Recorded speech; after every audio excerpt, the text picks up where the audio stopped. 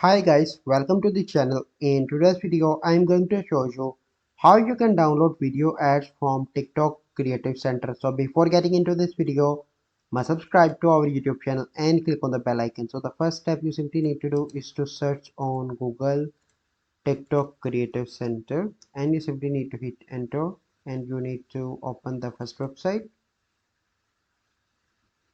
and here you need to go on to the ads section and here you can see different ads that are on the TikTok. And let's suppose I want to download this ad, so I'm going to click on this video. So once you are on the video, you can see this option, download this video. So you simply need to download IDM from the website IDM. So this is the website and you can get 30 days free trial as well. And here you need to click on download this video, click on start download, and this video will be downloaded into your PC.